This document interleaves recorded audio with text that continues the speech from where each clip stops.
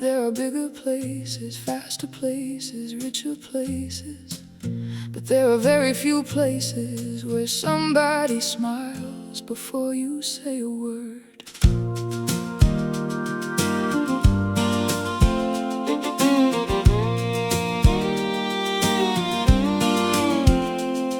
There's a diner off the highway just outside of town. Nothing fancy, nothing famous, nothing written down. The coffee isn't perfect, the paint is wearing thin, but every time I walk through that door, they ask me how I've been. Not because they have to, not because they're paid, because after enough mornings, a stranger slowly fades into something closer to a familiar face, and that's becoming rare these days. Everybody needs a place where they know your name, a place where you don't have to prove why you came, a place where nobody cares what you've got or what you don't, just a chair, a conversation, and the feeling that you belong. Everybody needs a place where they know your name.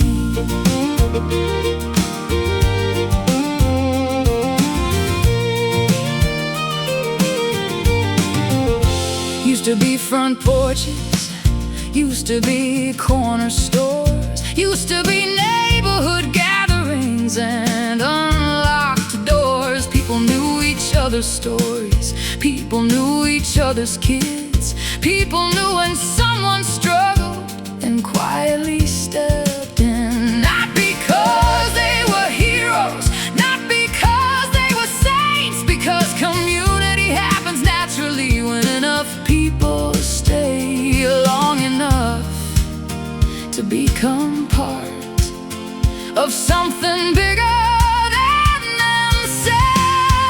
Everybody needs a place where they know your name, a place where you don't have to prove why you came, a place where nobody cares what you've got or what you don't, just a chair, a conversation, and the feeling that you belong. Everybody needs a place where they know your name.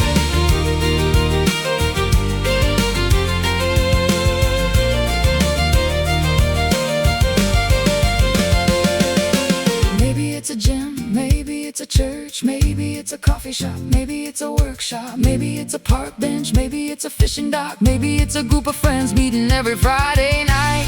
The place doesn't really matter, the people do, because loneliness rarely disappears when we're surrounded by crowds. It disappears when we're surrounded by connection.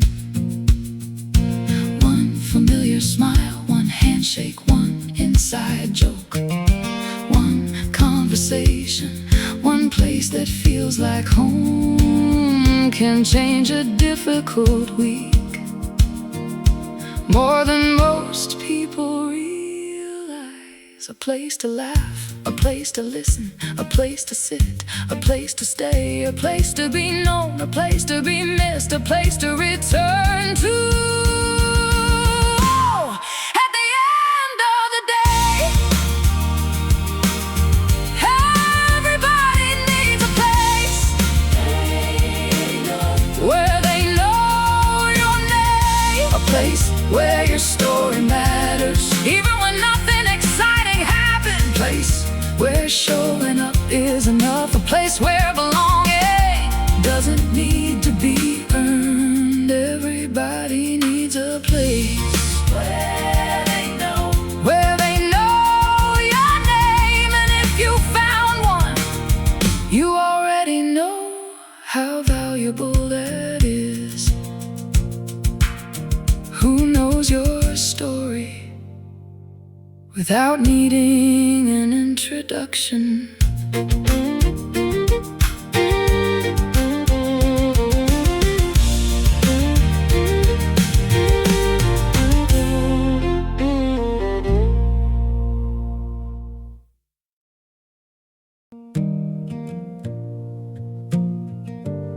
Sometimes people save your life without ever realizing they did.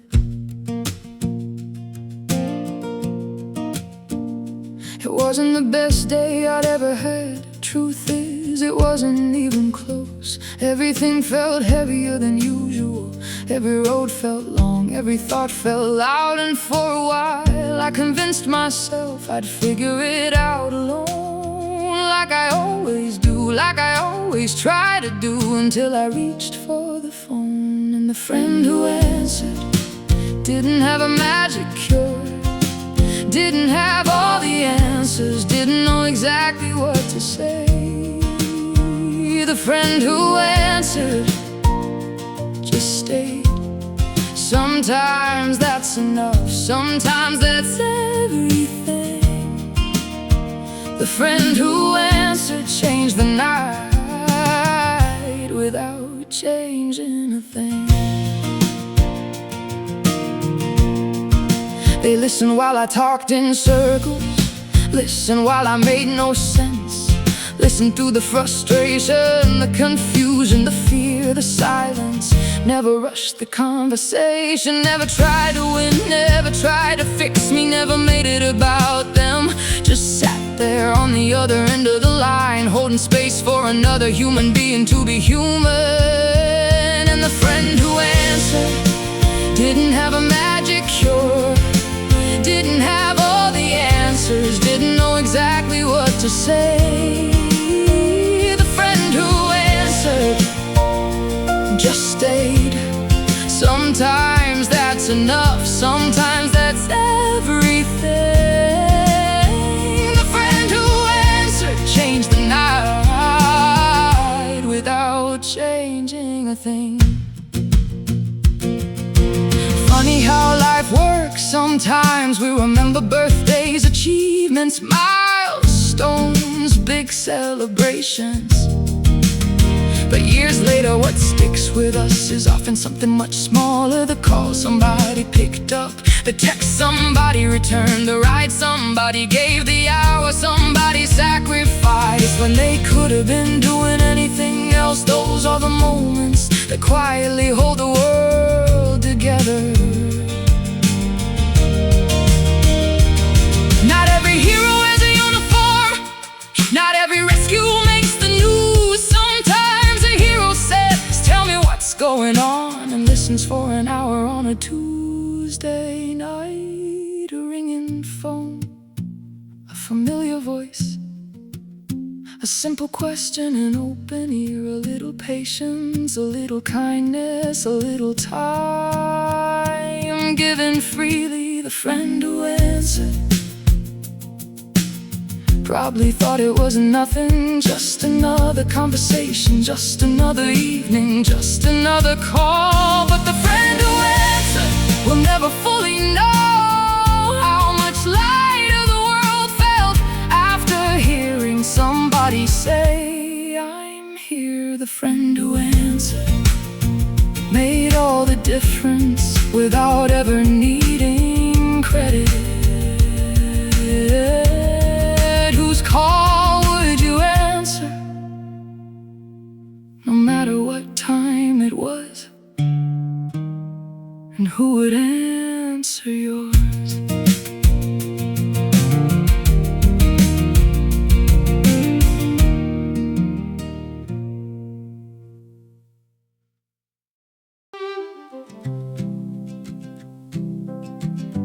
It's amazing what happens when people stop arguing long enough to share a meal.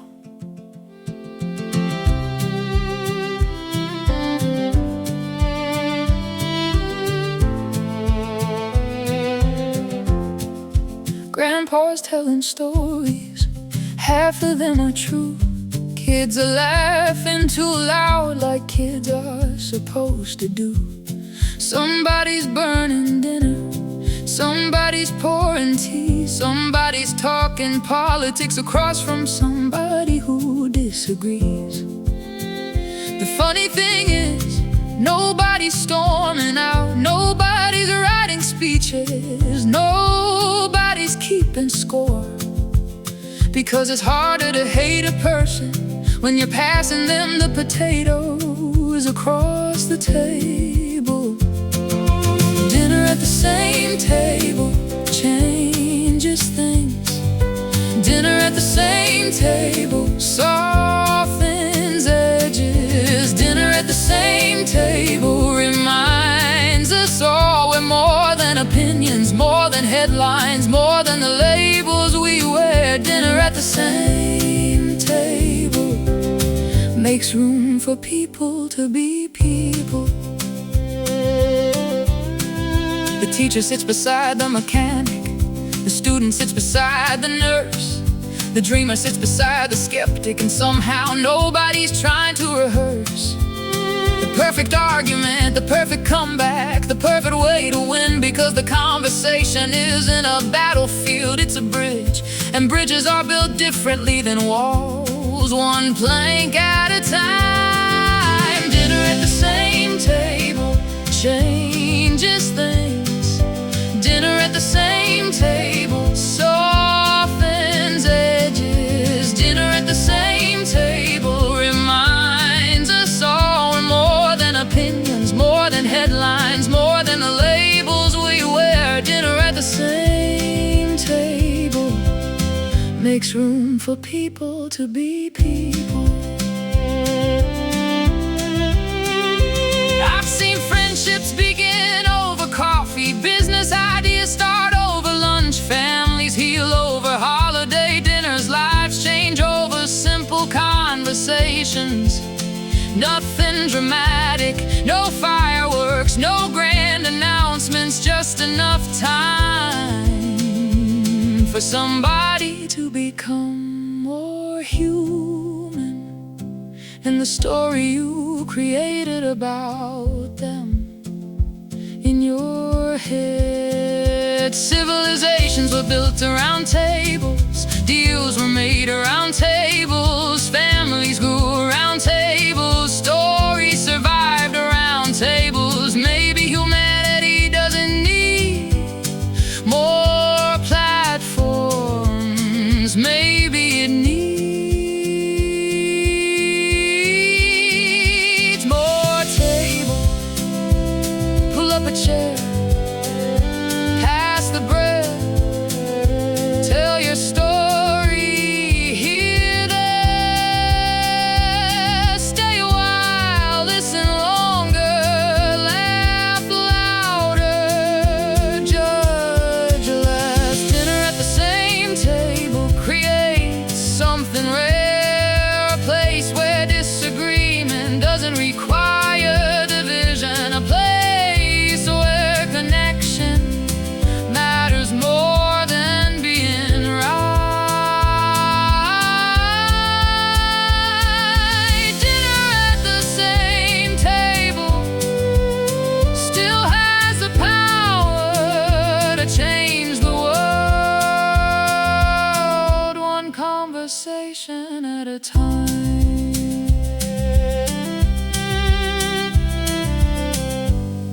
Who would you understand better if you shared a meal instead of an argument?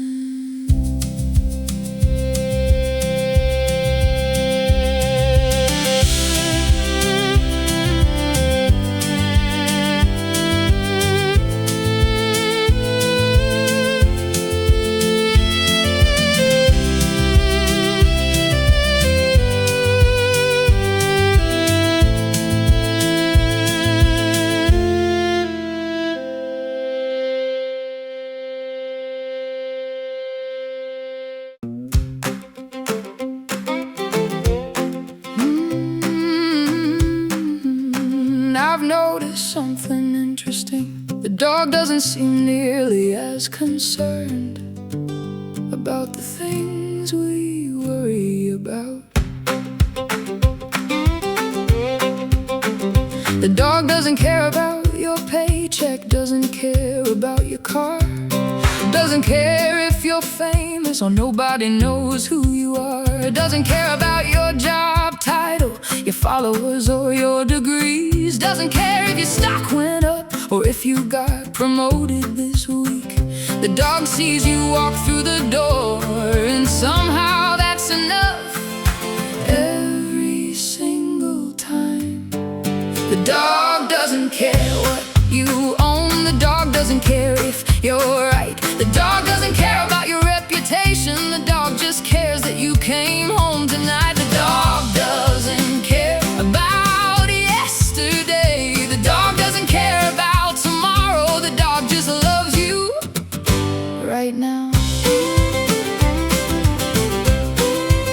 I've spent entire days worrying about things that never happened, building disasters in my imagination that never left my head. Meanwhile, the dog found joy in a stick, a tennis ball, a patch of sunshine, a familiar voice, a walk around the block. The dog seems strangely gifted at living in the present. The dog doesn't care what you own. The dog doesn't care if you're right. The dog doesn't care about your reputation. The dog just cares that you came home tonight. The dog doesn't care about yesterday. The dog doesn't care about tomorrow. The dog just loves you right now. I watch people spend years trying to earn acceptance, trying to prove their value, trying to become enough. The dog solved that problem immediately. You exist, therefore you matter.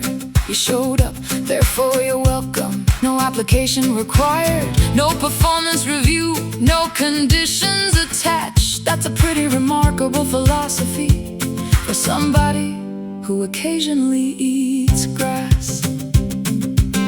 Maybe that's why dogs heal people without realizing they're helping. They remind us of something we've forgotten.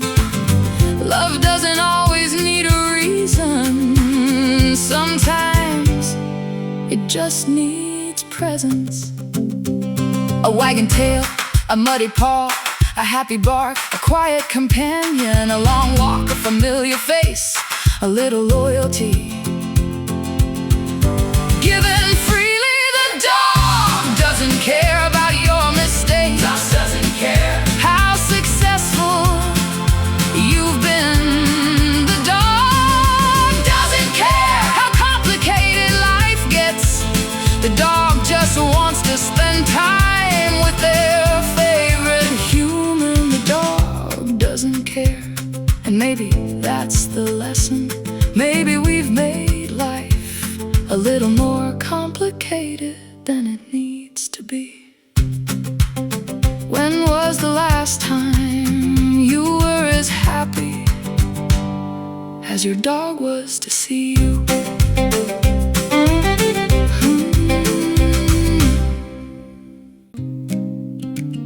Most people think the best day of their life will be obvious. A wedding, a promotion, a big achievement. But sometimes the best day was Tuesday.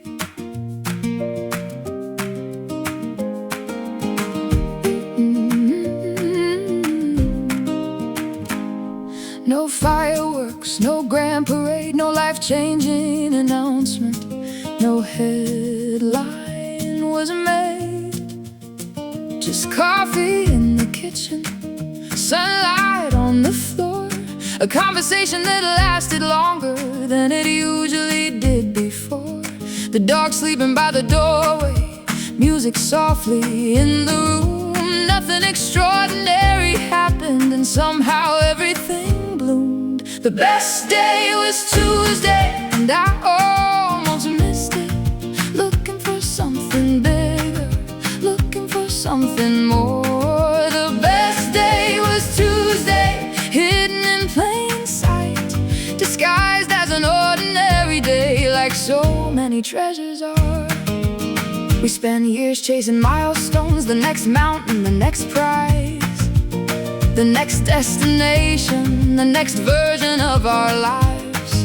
Meanwhile, the good stuff keeps happening quietly. A laugh with a friend, dinner with family, a walk at sunset, a perfect song, a moment of peace that asks for nothing except attention.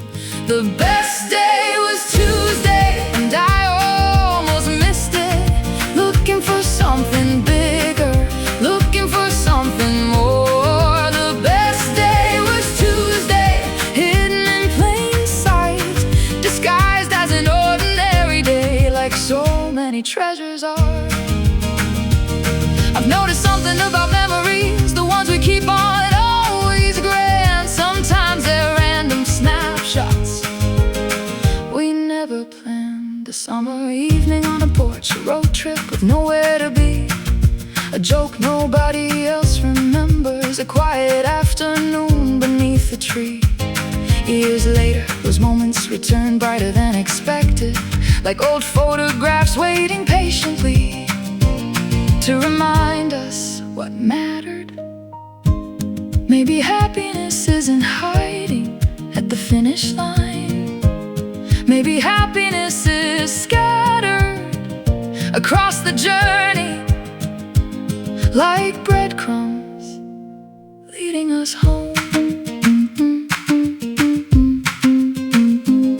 A warm meal, a good friend, a familiar voice, a comfortable silence, a shared laugh, a slow morning, a peaceful evening. A Tuesday, the best day was Tuesday,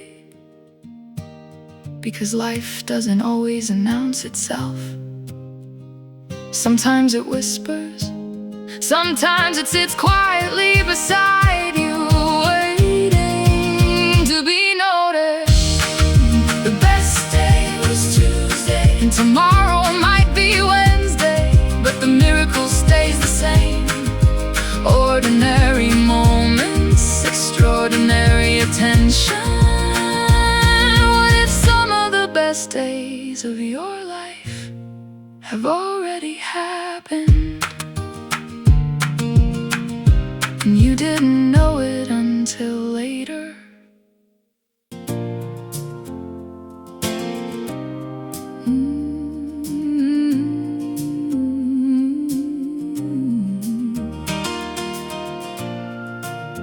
People talk a lot about money, but I don't think people need money nearly as much as they need purpose.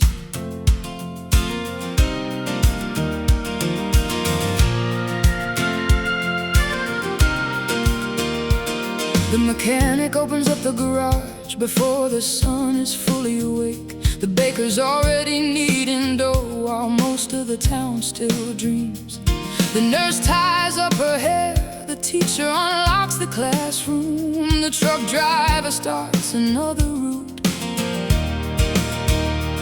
The farmer checks the field, 1,000 ordinary people quietly beginning their day, holding together a world most of us barely notice until something breaks.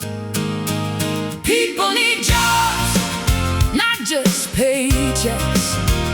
People need jobs, not just bills getting paid. People need purpose, people need contribution, people need a reason to get out of bed. People need jobs because people need to matter. I met people who had enough money but still felt lost, still felt restless, still felt empty, because the human spirit was never designed to sit on the sidelines forever. We wanna build, we wanna create, we wanna help, we wanna solve problems, we wanna be needed. There's dignity in contribution, no matter what uniform you're wearing. People need jobs, not just paychecks. People need jobs, not just bills getting paid. People need purpose, people need contribution, people need a reason to get out of bed. People need jobs because people need to matter. The world likes to celebrate celebrities and overlook the people who actually keep everything running. The electrician, the caregiver, the cashier, the plumber, the custodian, the cook, the bus driver, the volunteer, the countless hands. Most people never notice until they're gone. Every community rests on ordinary shoulders. Work isn't always glamorous. Work isn't always easy. Work isn't always fun. But there is something sacred about giving your effort to something larger than yourself and watching the world become a little better because you showed up. Build something, fix something, teach something, grow something, carry something, create something, help someone. Show up! People need jobs because people need purpose. People need jobs because contribution creates meaning. People need jobs because usefulness feels good. People need jobs because communities are built by people who care enough to do the work. People need jobs, not because work defines them, but because contribution connects them to the world around them. What would you still do, even if nobody applauded?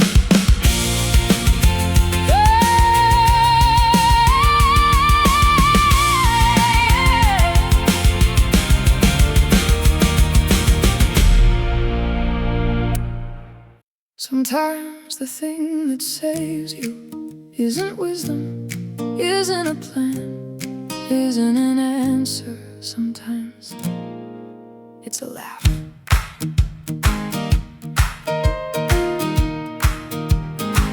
Everything had gone sideways, the kind of day that tests your soul. The car broke down, the bills showed up, nothing seemed under control. The weather wasn't helping, the phone wouldn't stop ringing. The future felt heavier than it usually did. And for a little while the whole world seemed determined to take itself far too seriously.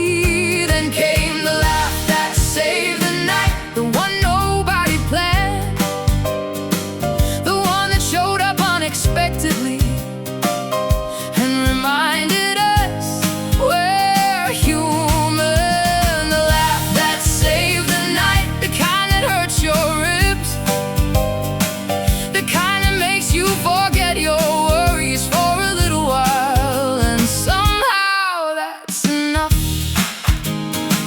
Maybe somebody told a terrible joke, maybe somebody slipped on a word, maybe somebody shared an old story everybody had already heard. Maybe it wasn't even funny, at least not on paper, but timing has a strange power, and laughter knows exactly when to arrive. Sometimes right before things get too heavy. Then came the laugh that saved the night, the one nobody planned, the one that showed up unexpectedly and reminded us we're human. The laugh that saved the night, the kind that hurts your ribs, the kind that makes you forget your worries for a little while. And somehow that's enough. I've noticed something about laughter, it doesn't erase the problem. The bills are still there, the loss is still real, the challenge still exists, but somehow everything feels lighter. Not because reality changed, because perspective did. For a few minutes the burden got shared, and shared burdens always weigh less.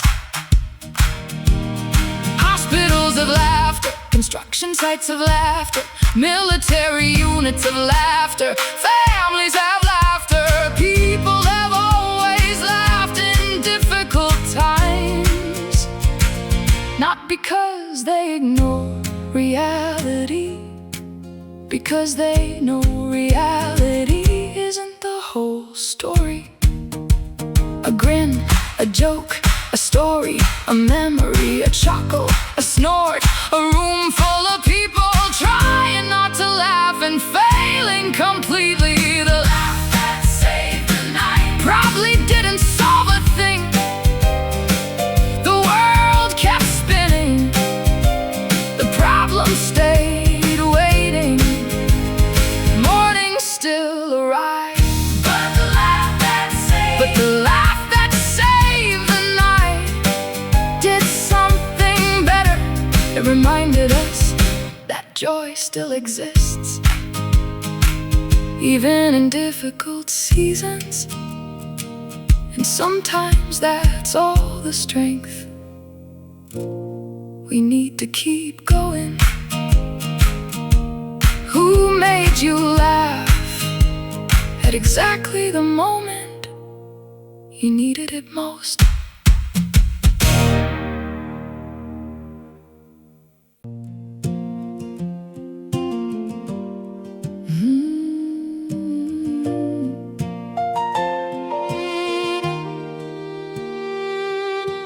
Loneliness doesn't always look lonely.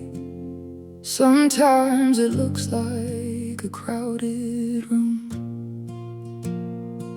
The cafeteria was loud that day, every table full of conversation, laughter bouncing off the walls, stories moving through the air. And there by the window sat a kid by himself, pretending not to notice that nobody had joined him. I think we've all been that person at some point, standing on the outside looking in, hoping somebody notices without having to ask. Nobody eats alone, nobody stands outside forever, nobody carries every burden by themselves. Nobody eats alone. Pull up a chair, make a little room, because belonging starts with simple invitations.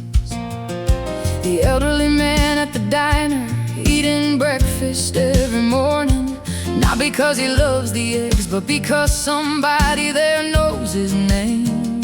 The widow at the church social, the new kid at school, the veteran at the coffee shop, the neighbor nobody's met yet. Loneliness wears many faces, most of them familiar, most of them hidden in plain sight. Nobody eats alone, nobody stands outside forever, nobody carries every burden by themselves. Nobody eats alone. Pull up a chair, make a little room, because belonging starts with simple invitations. I've seen lives change over something as small as being welcomed, a seat at the table, an introduction, a shared meal, a simple question, a sincere smile. The world often talks about changing everything, but most change begins with someone noticing that another human being exists and matters. A table grows one chair at a time, a community grows one person at a time, a friendship grows one conversation at a time. Nobody builds belonging alone, that's why it's called belonging. Make room, pull up a chair, pass the bread, share the storyline, the name, hear the laughter, stay a while, let somebody in. Nobody eats alone, not if we can help it. Nobody walks through life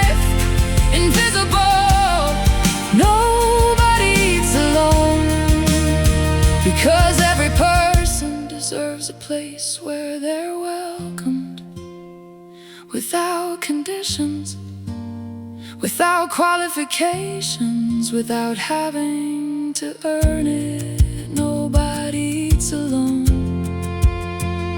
'cause that's how communities survive.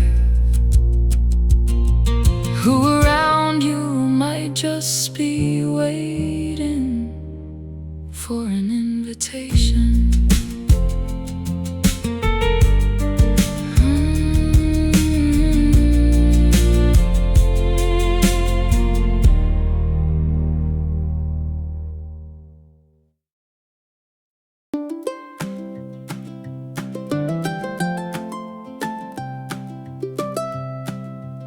For a long time, I thought happiness lived somewhere else. A bigger house, a better city, a different future. Then one evening, I looked around. The grass needed mowing, the fence needed paint. The dog was chasing something only dogs can understand. Kids were riding bicycles down the end of the street. Somebody was grilling burgers. A radio played softly from a garage nearby. Nothing about the moment looked important, which is exactly why it was. Welcome to the backyard kingdom, where the little things wear crowns. Welcome to the backyard kingdom, where the good stuff hangs around a folding chair, a summer breeze, a couple friends, a few old trees. Welcome to the backyard kingdom, the place I spent years trying to find without realizing I was already standing in it. The world keeps selling destinations, as if peace has an address, as if fulfillment lies just beyond the next purchase, the next move, the next achievement, the next version of success. But the older I get, the more suspicious I become of anything that promises happiness somewhere else, because the best moments of my life rarely happen there.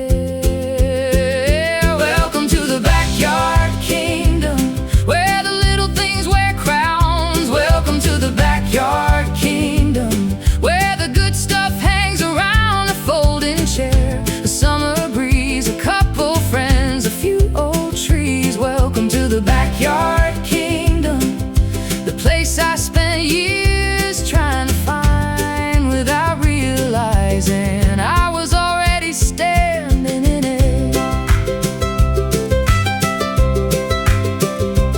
I've seen people travel the world searching for what they already had. I've watched people postpone joy, waiting for circumstances to improve. Meanwhile, life kept arriving in simple disguises: neighborhood conversations, family dinners, evening walks, campfires, dogs, gardens, sunsets.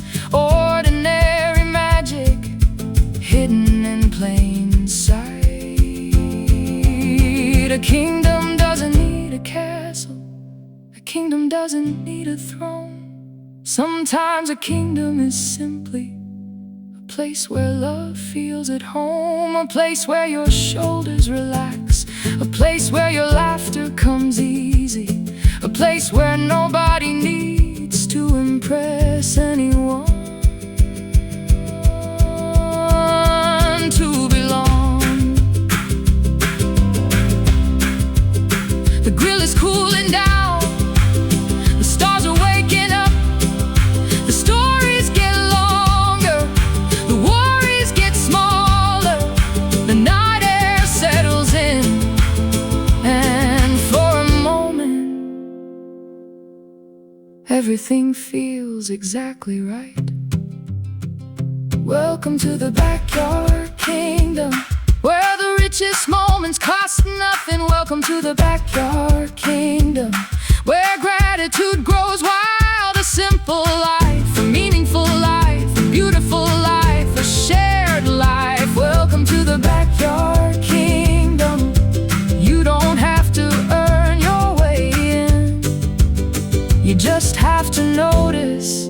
that it's already here? What if the life you've been chasing looks a lot like the life you already have?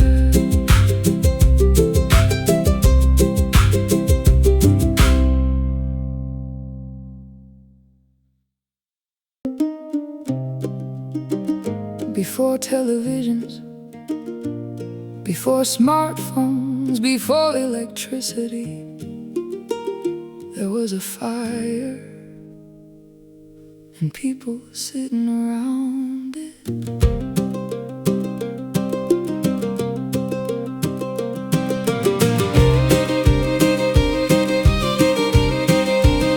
Somebody gathered wood, somebody sparked a flame, somebody pulled up a chair, somebody told a name, a story about a grandfather, a story about a friend, a story about the road they traveled and how they made it home again. The flames danced in the darkness, the stars watched from above, and for a little while nobody was in a hurry to be anywhere else. A good fire brings people together. A good fire slows the world down. A good fire turns strangers into neighbors, and neighbors into family somehow. A good fire doesn't solve every problem, but it helps us remember who we are. A circle of stories, a little warmth, a few familiar hearts. The funny thing about a campfire is everybody faces inward, not outward. Nobody's performing, nobody's selling, nobody's competing, nobody's trying to become a brand. Just people sharing food, sharing stories, sharing silence, the way human beings have always done when they needed connection more than distraction. A good fire brings people together. A good fire slows the world down. A good fire turns strangers into neighbors, and neighbors into family somehow. A good fire doesn't solve every problem, but it helps us remember who we are. A circle of stories, a little warmth, a few familiar hearts. I've seen friendships begin around campfires, seen old arguments quietly disappear, seen people laugh until tears roll down, seen people tell truths they'd never spoken anywhere else. Something about the flames makes honesty easier. Maybe because fire has a way of reminding us how small we are and how lucky we are to be here together at all. The fire doesn't care who has money. The fire doesn't care who has status. The fire doesn't care who's important. The fire treats everybody equally, and maybe that's part of the magic. Pass the coffee, tell the story, watch the sparks, listen closely, stay a little longer. The night is young, and some moments are worth protecting. A good fire brings people together, the same way it always has, across generations, across cultures, across centuries. A good fire reminds us that belonging isn't complicated. It's people making time for people. A good fire, a good story, a good friend, a good life. Who would you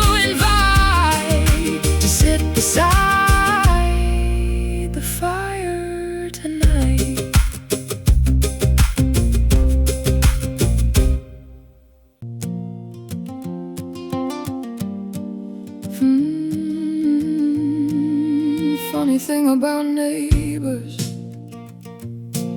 Sometimes we live 20 feet apart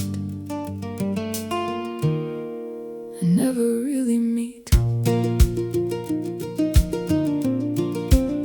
I used to wave from a distance, a quick hello and move along. Both of us busy, both of us tired, both of us convinced we didn't have the time. Then one Saturday afternoon, the lawnmower broke down, and he walked over carrying a wrench, like it was the most normal thing in the world. Turns out it was the neighbor across the fence became a friend. The neighbor across the fence changed the neighborhood. The neighbor across the fence reminded me that community isn't a place, it's people choosing to know each other. We started talking about weather, then gardens, then work, then life, then the stories people usually say for somebody they trust. Turns out he lost a brother. Turns out I'd lost some things too. Turns out underneath all our differences we were carrying a lot of the same questions. Most people are. The neighbor across the fence became a friend. The neighbor across the fence changed the neighborhood. The neighbor across the fence reminded me that community isn't a place, it's people choosing to know each other. Now we borrow tools, watch each other's houses, share vegetables from the garden, help move furniture, bring over soup when somebody's sick. Nothing extraordinary, just ordinary humans doing what humans have always done before we got so busy that we forgot how much easier life becomes when people help each other. A neighborhood isn't streets, a neighborhood isn't buildings, a neighborhood isn't property lines. A neighborhood is names, stories, conversations, trust, the invisible threads that hold people together.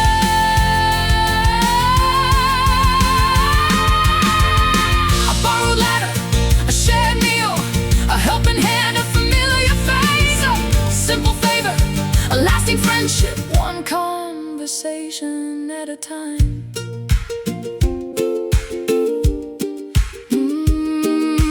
Neighbor across the fence was never just a neighbor. Oh, neighbor across the fence was a reminder that connection still exists, waiting quietly on the other side of an introduction. The neighbor across the fence helped me realize the world gets smaller and kinder every time we learn a new name. Do you know the story of the people living closest to you?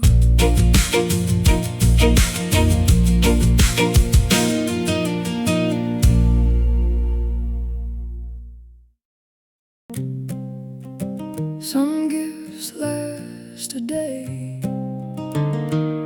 some gifts last a lifetime. The difference is usually knowledge.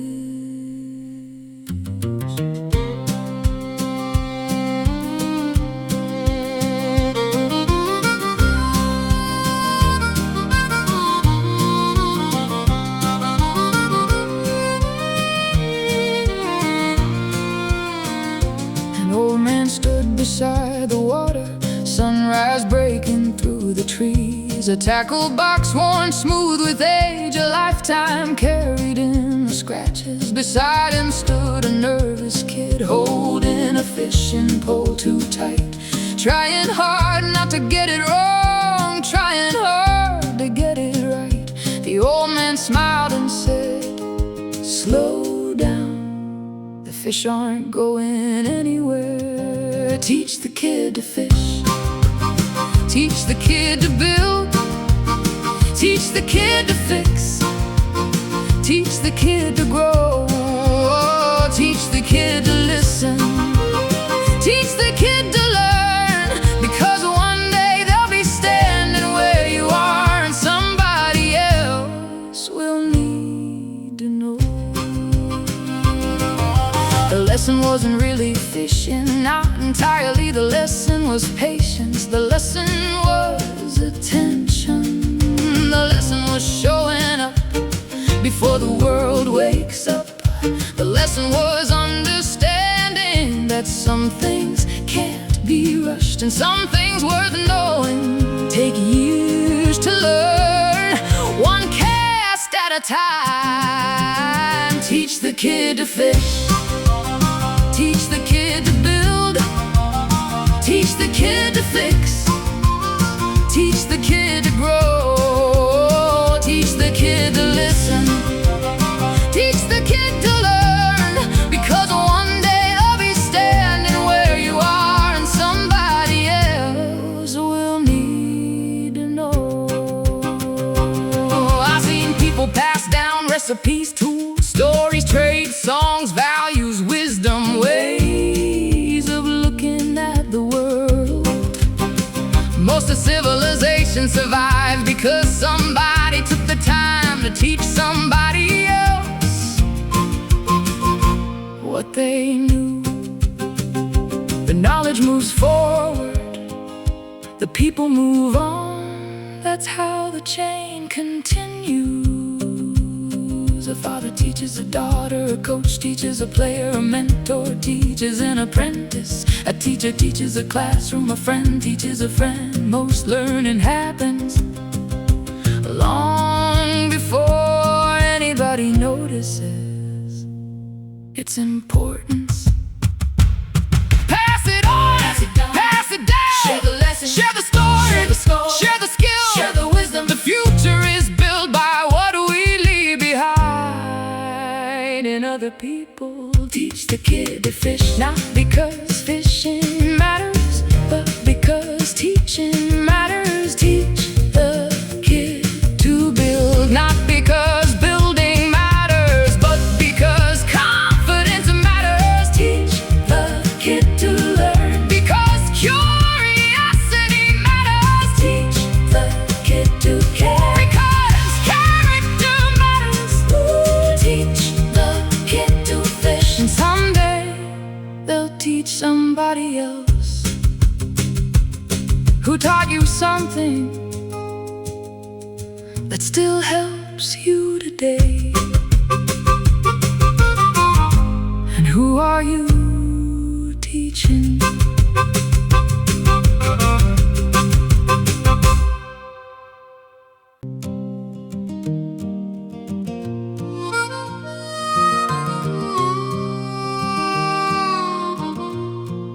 I used to think the goal was getting there as fast as possible. Funny how age changes things. I remember chasing horizons, certain happiness lived ahead. Always one more mile, one more goal, one more mountain left to climb. Eyes fixed on the distance, hands tied on the wheel, never noticing the valleys, the rivers, the little towns, the beauty passing by outside the window. The whole time, the long way home turned out to be the better road. The long way home had stories waiting round every bend. The long way home taught me things the shortcut never could. The long way home was never really about getting home.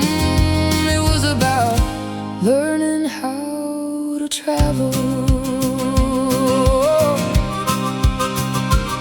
There was a diner in Nebraska, a mechanic in Tennessee, a conversation in Arizona, a stranger who became a friend. There were wrong turns, flat tires, unexpected delays, and memories I never would have made if everything had gone according to plan. Funny how often begin as inconveniences. The long way home turned out to be the better road. The long way home had stories waiting round every bend. The long way home taught me things the shortcut never could. The long way home was never really about getting home. It was about learning how to travel.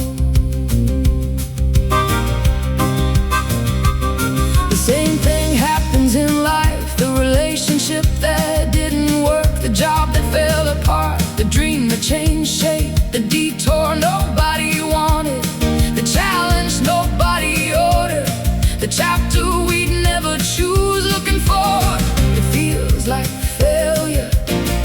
Looking backward, sometimes it looks like preparation. Sometimes the road knew something we didn't. The oak tree takes years, the river takes centuries, the canyon takes millennia. Nature never seems concerned about arriving early. Maybe growth has always preferred the scenic route. Slow down, look around, miss an exit, take a chance. Watch the sunset, stop for coffee, hear the story, stay away.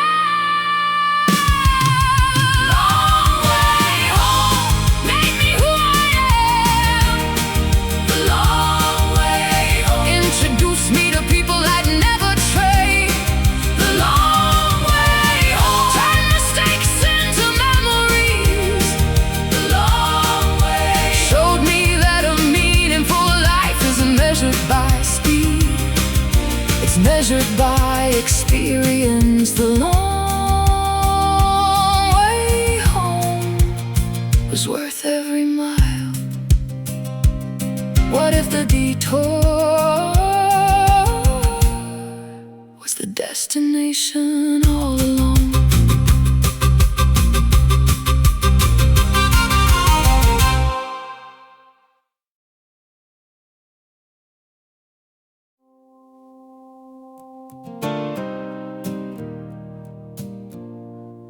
We live in a world that throws away a lot of things, maybe too many things.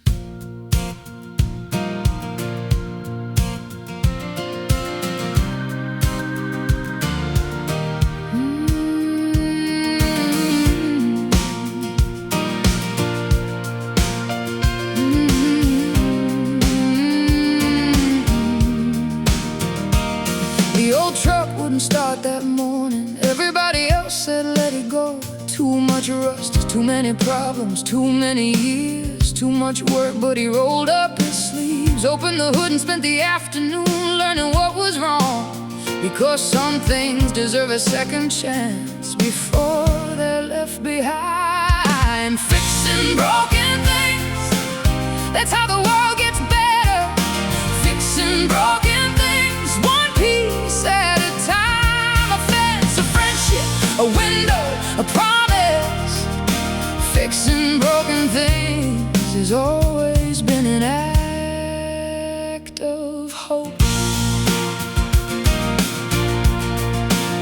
I've seen people repair old houses, board by board, room by room. I've seen people rebuild trust, conversation by conversation. I've seen families heal after years of silence. I've seen communities recover after storms, after hardship, after loss. The work is rarely glamorous, usually slow, usually frustrating, usually worth it. Fixing broken things, that's how the world gets better.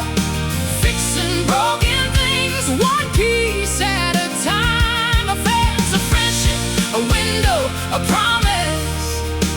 Fixing broken things has always been an act of hope. Oh.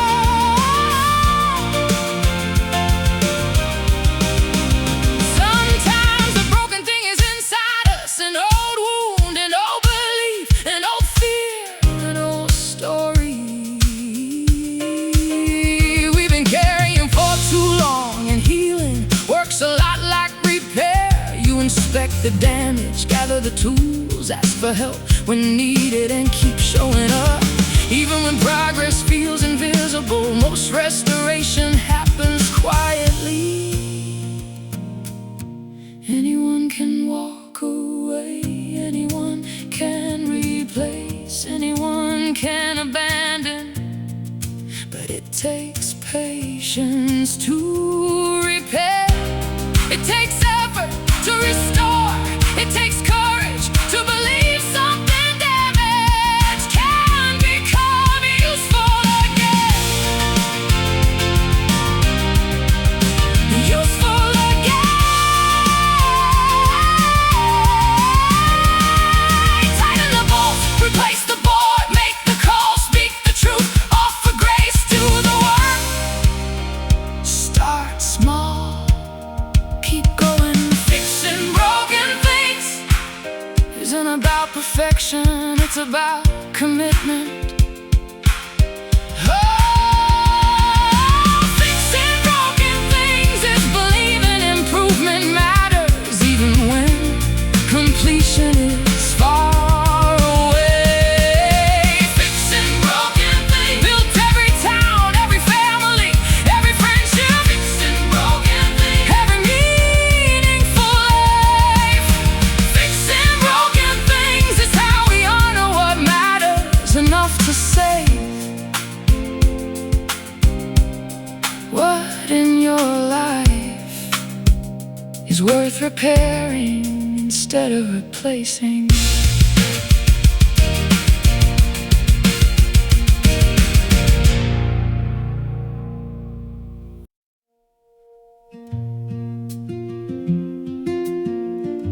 The world sounds different before everybody starts talking. The coffee's still steaming, the sky is still changing, the birds are negotiating who gets the first song. The streets are mostly empty, the phone hasn't started ringing, the day's responsibilities are still waiting politely. Beyond the horizon for a few more minutes, everything feels possible and nothing feels urgent. Coffee at sunrise, a front row seat to another beginning. Coffee at sunrise, a reminder that life keeps showing up. Coffee at sunrise, no applause, no audience, no grand event, just another beautiful day arriving quietly. I've spent years chasing moments only to discover some of my favorites were free. A warm cup, a cool breeze, a comfortable chair, a little silence, the first light touching the trees, the neighborhood slowly waking up, one window at a time, the world stretching before it starts running again. Coffee at sunrise, a front row seat to another beginning. Coffee at sunrise, a reminder that life keeps showing up. Coffee at sunrise, no applause, no audience, no grand event, just another beautiful day arriving quietly.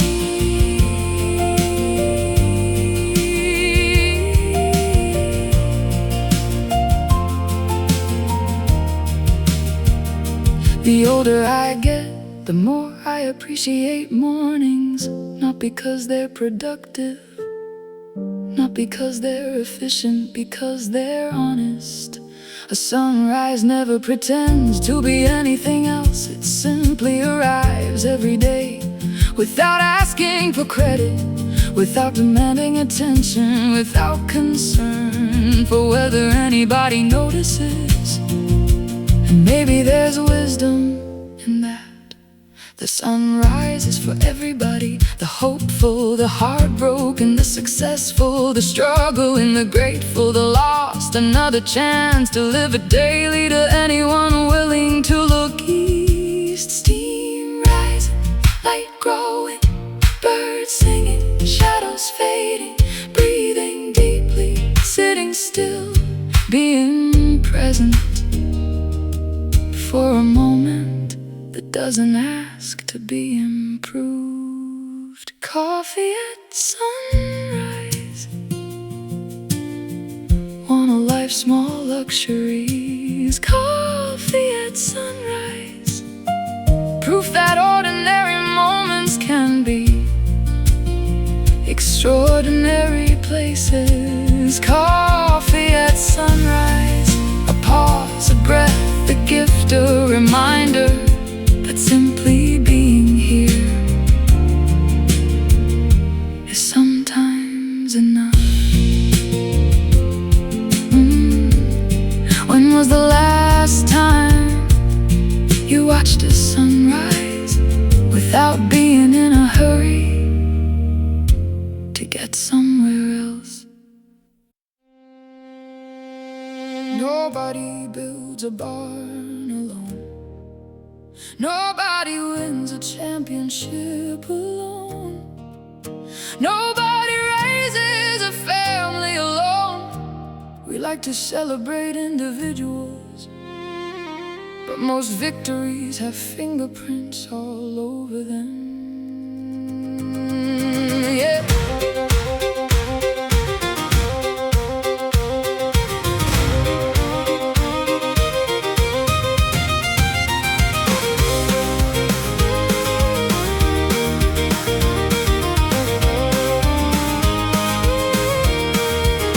Everybody sees the quarterback, nobody sees the offensive line.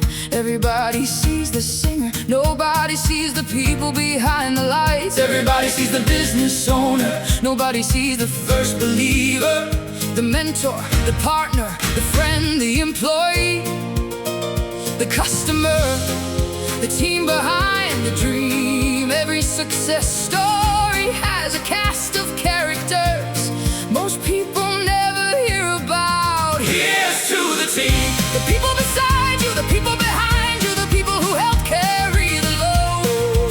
Oh, here's to the team, the builders, the believers, the ones who showed up when things got hard. Here's to the team, because almost nothing worthwhile gets built alone. The coach teaches the player inspires the fan supports the team, and the cycle starts again.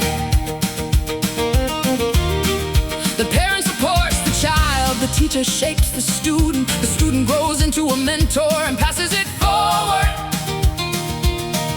The world moves through relationships far more than individual effort.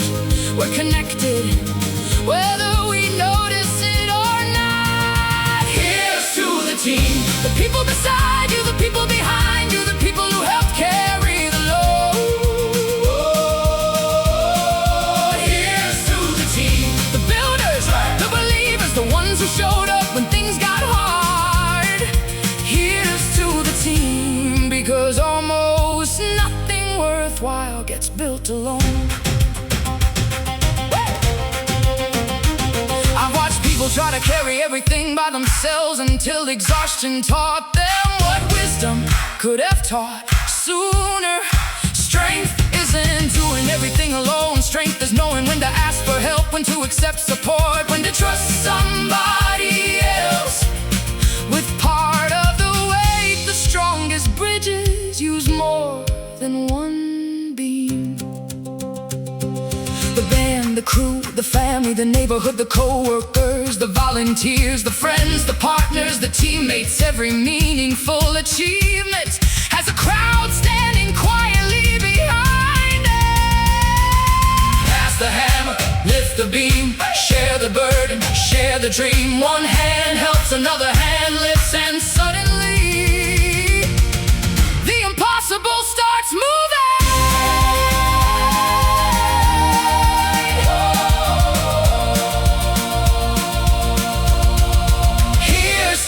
team. The people who stay, the people who believe, the people who sacrifice, the people who care. Here's to the team. The unsung heroes, the quiet contributors, the steady hearts, the helping hands. Here's to the team. Because the best things in life were never meant to be built alone. Who helped build the life you're living today? And have you thanked them lately?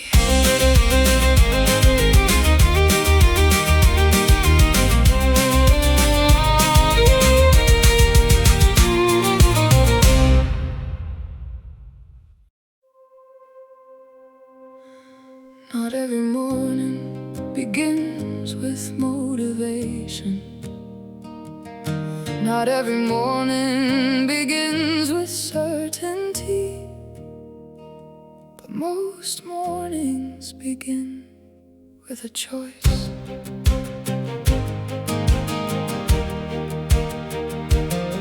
The alarm clock starts singing before the sun reaches the trees. Another day arrives quietly, asking what you'll do with it. Some mornings feel easy, some mornings feel heavy, some mornings require courage just to put your feet on the floor.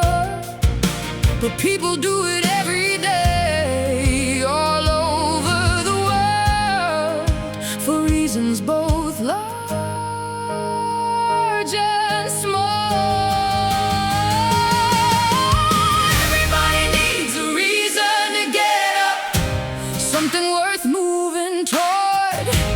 Something worth showing up for, something worth giving your heart. Everybody needs a reason to get up, a dream, a purpose, a promise, a person, a little light waiting somewhere ahead.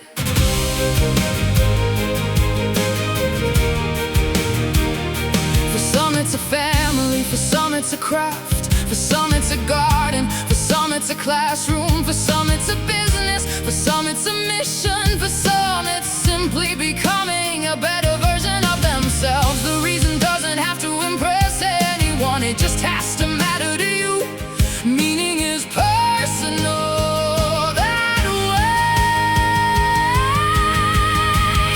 Everybody needs a reason to get up, something worth moving toward, something worth showing up for, something worth giving your heart. Everybody needs a reason to get up, a dream, a purpose, a promise, a person, a little light waiting somewhere ahead. I've met people with modest lives and extraordinary purpose. I've met people with enormous success and very little direction. The difference wasn't money, the difference wasn't status, the difference was meaning. One group was chasing approval, the other was chasing contribution, and contribution tends to last longer than applause. Purpose doesn't always arrive dramatically. Sometimes it grows quietly, like a tree, like a friendship, like a skill, like trust. The important thing isn't finding it overnight. The important thing is continuing to look. Get up, take the step, make the call, do the work, plant the seed, learn the lesson, help the person, keep moving. Everybody needs a reason to get up, not because life is easy, because life is meaningful. Everybody needs a reason to get up, something worth building, something worth protecting, something worth sharing, something worth becoming. Reason to get up. And sometimes the reason is waiting on the other side of today's effort. What gets you out of bed? when motivation stays asleep.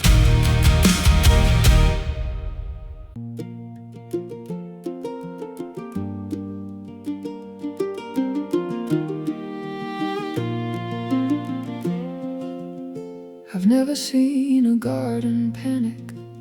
I've never seen a tree worry about whether it's growing fast enough.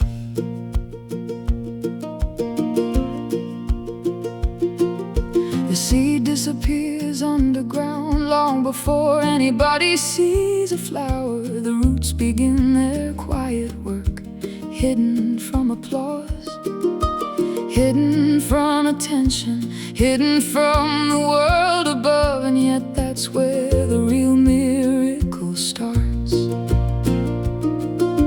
Not in the bloom, not in the fruit, not in the harvest, but in the patient work nobody notices at first. The garden doesn't hurry, the garden doesn't compare, the garden doesn't worry about what the roses over there are doing. The garden simply grows, one day, one season, one sunrise at a time. The garden doesn't hurry, and somehow everything gets done.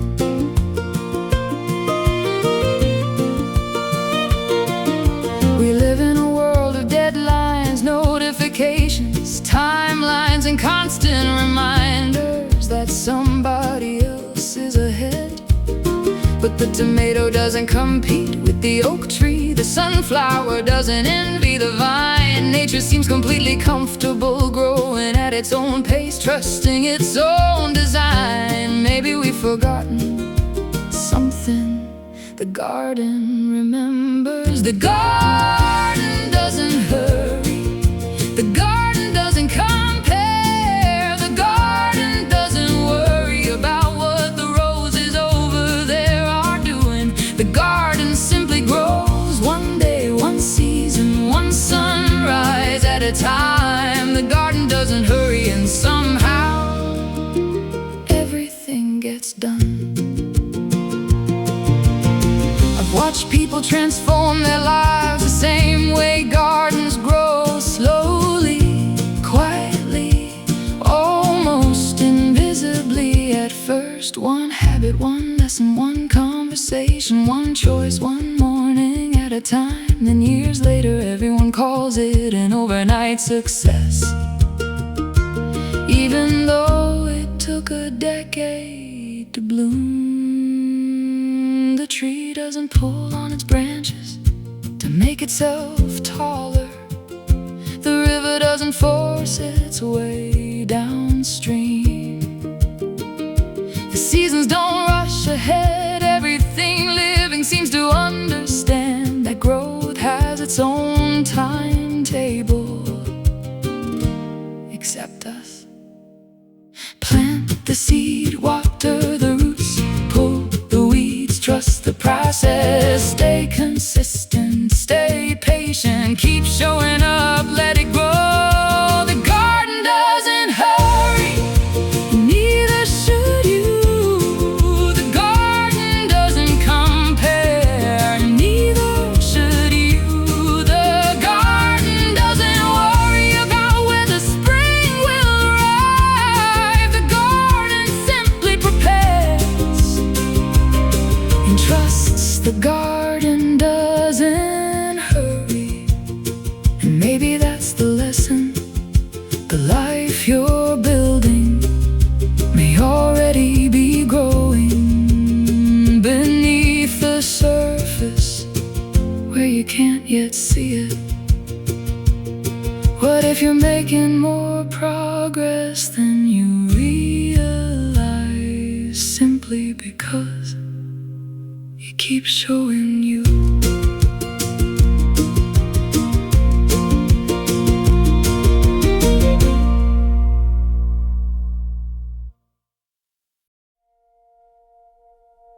There are people you haven't met yet, whose lives will be different because you exist.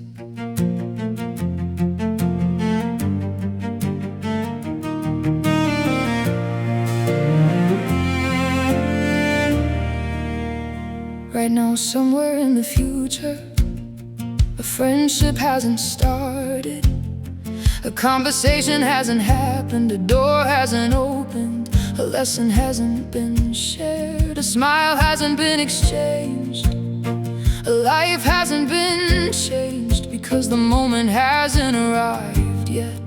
The strange thing is, most of those people don't know they're waiting, and neither do you. The people waiting for you may never know your name today. The people waiting for you may live years beyond this moment, and the people waiting for you are connected to choices you haven't made yet, roads you haven't taken yet, stories you haven't lived yet. The people waiting for you already exist somewhere ahead.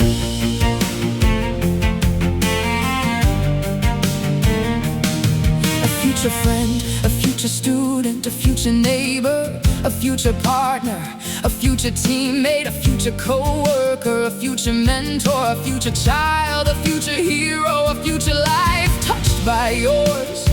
The world is full of invisible connections, still waiting for their moment to appear. The people waiting for you may never know your name today. The people waiting for you may live years beyond this moment. The people waiting for you are connected to choices you haven't made yet, roads you haven't taken yet, stories you haven't lived yet.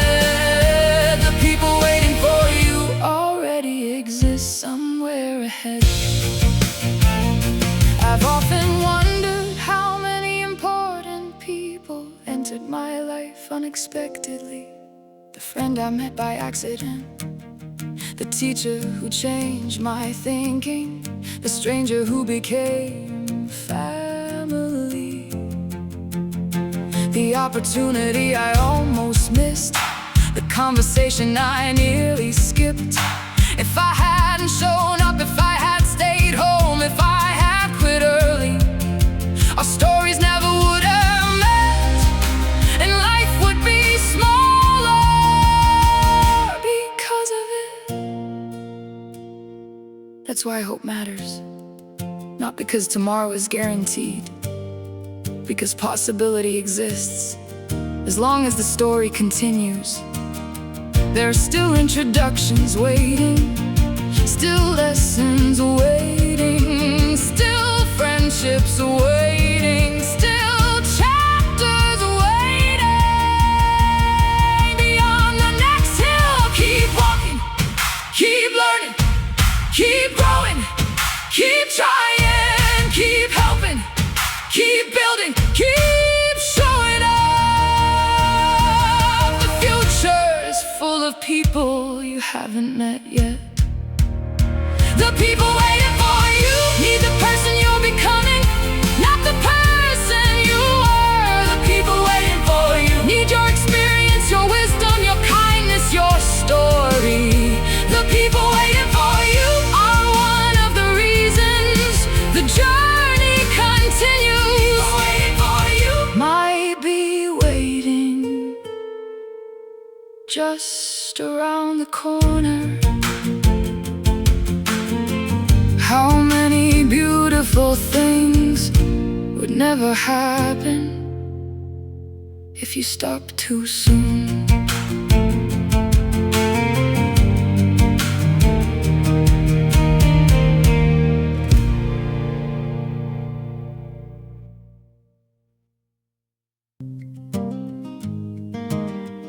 For years I thought the important things would announce themselves. Turns out most of them whisper.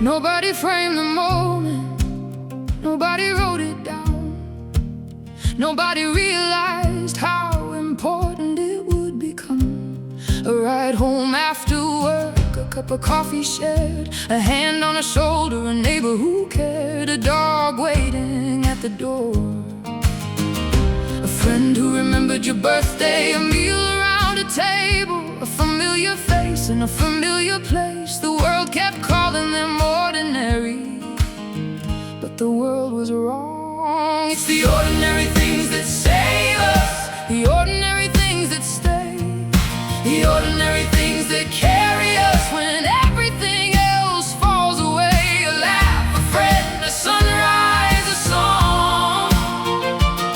It's the ordinary things that save us. They've been saving us all along.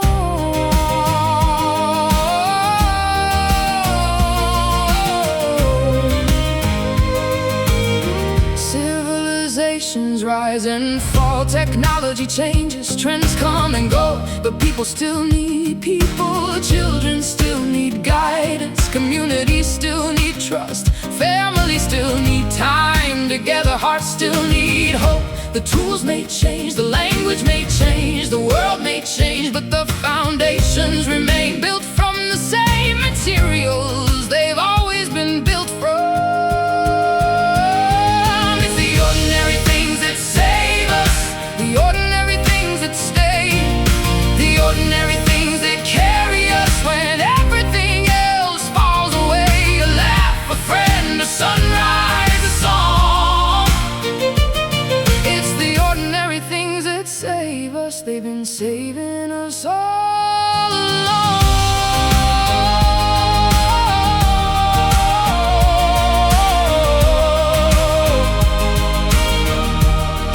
I used to think meaning lived somewhere far away, beyond the next achievement, beyond the next destination, beyond the next version of myself. But meaning kept showing up in the same places: the kitchen, the porch, the garden, the workshop, the campfire, the conversation, the places where life actually happens, when nobody's trying to impress anybody. A good friend, a good meal, a good book, a good walk, a good laugh, a good night's sleep, a good conversation, a good life. Maybe the recipe was never complicated, maybe we complicated it. The coffee is brewing, the dog is sleeping, the garden is growing, the neighbors are talking, the children are laughing, the fire is burning, the sun is setting, and life is happening right now. That save us, not because they're small, because they're essential. Ordinary things that save us, the things we overlook, the things we rush past, the things we promise we'll appreciate later. It's the ordinary things that save us. And maybe the secret is learning to notice them before they're gone. Look around, how much of what you love used to feel ordinary.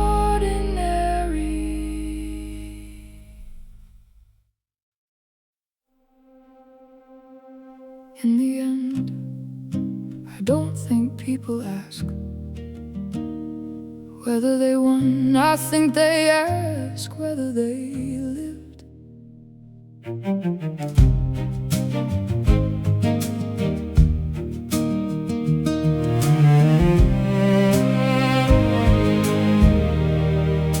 The years went by like seasons, some fast, some slow, some filled with sunshine, some filled with storms. There were mistakes, there were victories, there were roads I never expected and roads I never took. People came into my life, people left. Some stayed forever, some only stayed long enough to teach me something. The story kept moving, and somehow, so did I. A life well lived isn't measured in dollars. A life well lived isn't measured in fame. A life well lived is measured in memories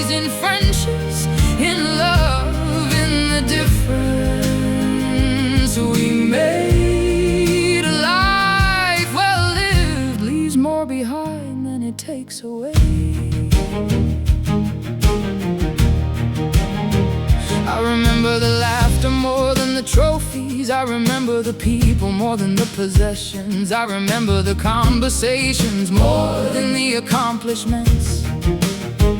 I remember the sunsets more than the schedule. It's funny how memory works. The things we chase rarely become the things we treasure, and the things we treasure were often beside us the whole time. A life well lived isn't measured in dollars. A life well lived isn't measured in fame. A life well lived is measured in memories, in friendships, in love, in the difference we made. A life well lived leaves more behind than it takes away. The garden grew, the children grew, the friendships deepened, the community strengthened, the work mattered, the stories multiplied. The days became years, the years became chapters, and one day, looking back, I realized something. The goal was never perfection, the goal was participation. To be fully here for as much of it as possible. Love people, help where you can, laugh often, keep learning, build something, share something, forgive something, protect something, leave things better than you found them. A place where they knew your name, a friend who answered, dinner at the same table, the dog waiting at the door, the best Tuesday, a meaningful job, a saving laugh, a welcoming chair, a backyard kingdom, a good fire, a neighbor, a lesson passed down the long road, a repaired fence, coffee at sunrise, a team, a purpose, a patient garden, people waiting ahead, the ordinary things that saved us. A life well lived looks ordinary from the outside and extraordinary from within. Well lived is built from thousands of small moments chosen well. A life well lived doesn't require perfection, only presence. A life well lived is available to anyone willing to notice they're already living it. When fire burns low and the stories are finished and the stars are all that's left, I hope somebody smiles and says he was here, she was here, they were here, and we're better for it.